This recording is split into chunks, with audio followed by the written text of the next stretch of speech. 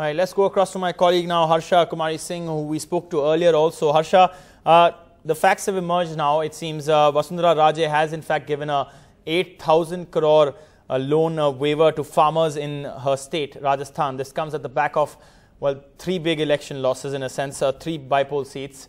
Of course, these are for farmers. The loans are of up to 50,000, but accumulative, it will be 8,000 crore.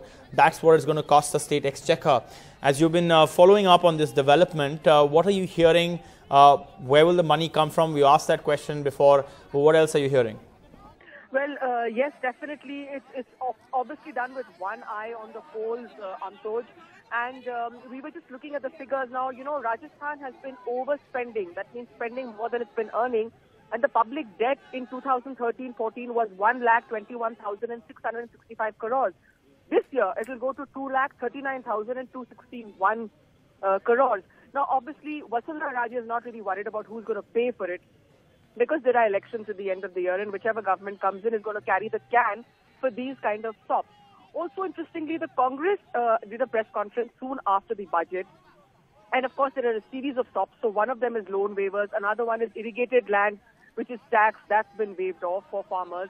So they realized that farmer distress and unrest among farmers, they were paying the price for that politically. They lost very badly in these 3 bypolls. So they've tried to right that now. But according to the Congress, it's not going to have much impact on the ground, because these are only for small and marginal farmers. We have about 69 lakh farmers in Rajasthan.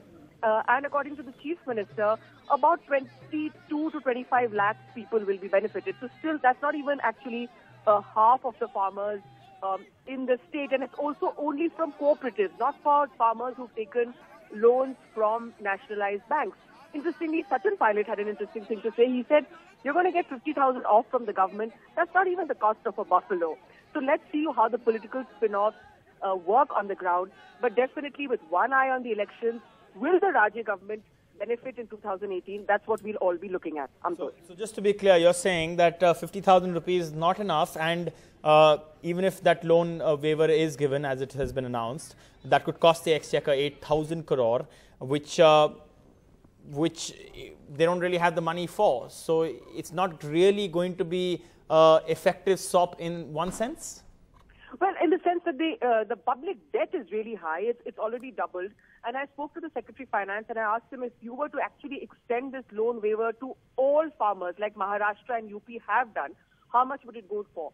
So he said that's completely unaffordable. It's obviously been done with one eye on the polls.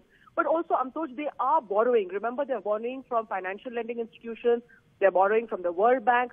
So those debts are piling up, and nobody really is worried about fiscal prudence. So the money will come. The farmers will have their loans waived off.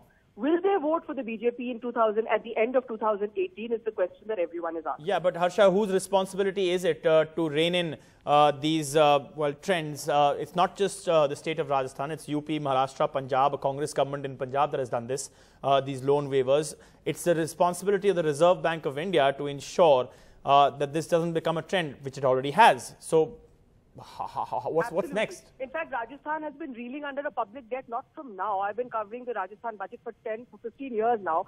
Each year the budget is going up. And like I said, the public debt is going up. In 13-14 it was 1 lakh something. Now it's doubled. In 2018-19 it's 2 lakhs. So they're clearly just spending much more than they're earning. And that's definitely financially something that governments should worry about.